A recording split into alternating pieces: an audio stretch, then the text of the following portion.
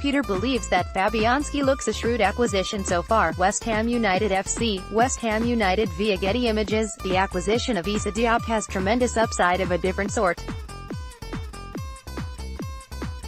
Aged only 21, Diop is a mammoth centre-back at 6 feet 4 inches.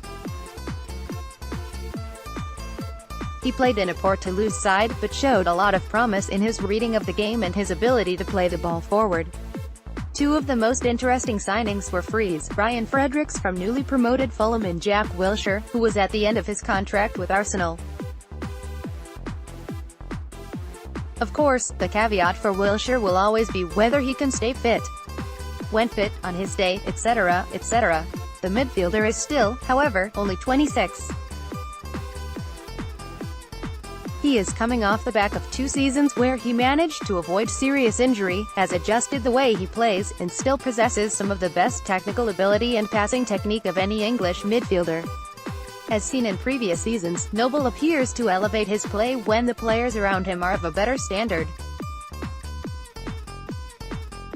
With a player of Wilshere's quality, who understands when to hold, drop, and make runs, it's quite possible that Noble will once again surprise some people this season. Fredericks, at 25, was a huge part of Fulham's promotion season. His pace and reading of the game saw him defend and attack with real quality.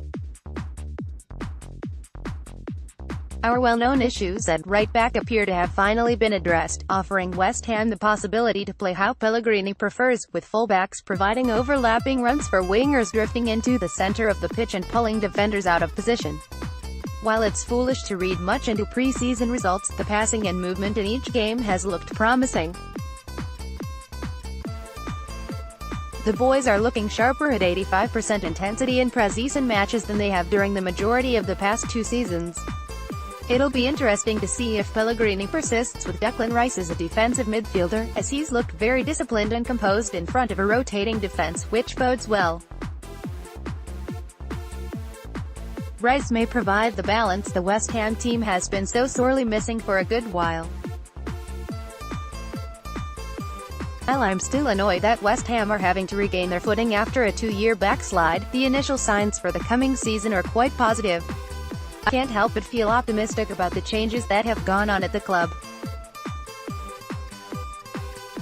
It appears a director of football like Casillas will help West Ham regain lost ground, while Pellegrini has enough pedigree to manage both the dressing room and the boardroom.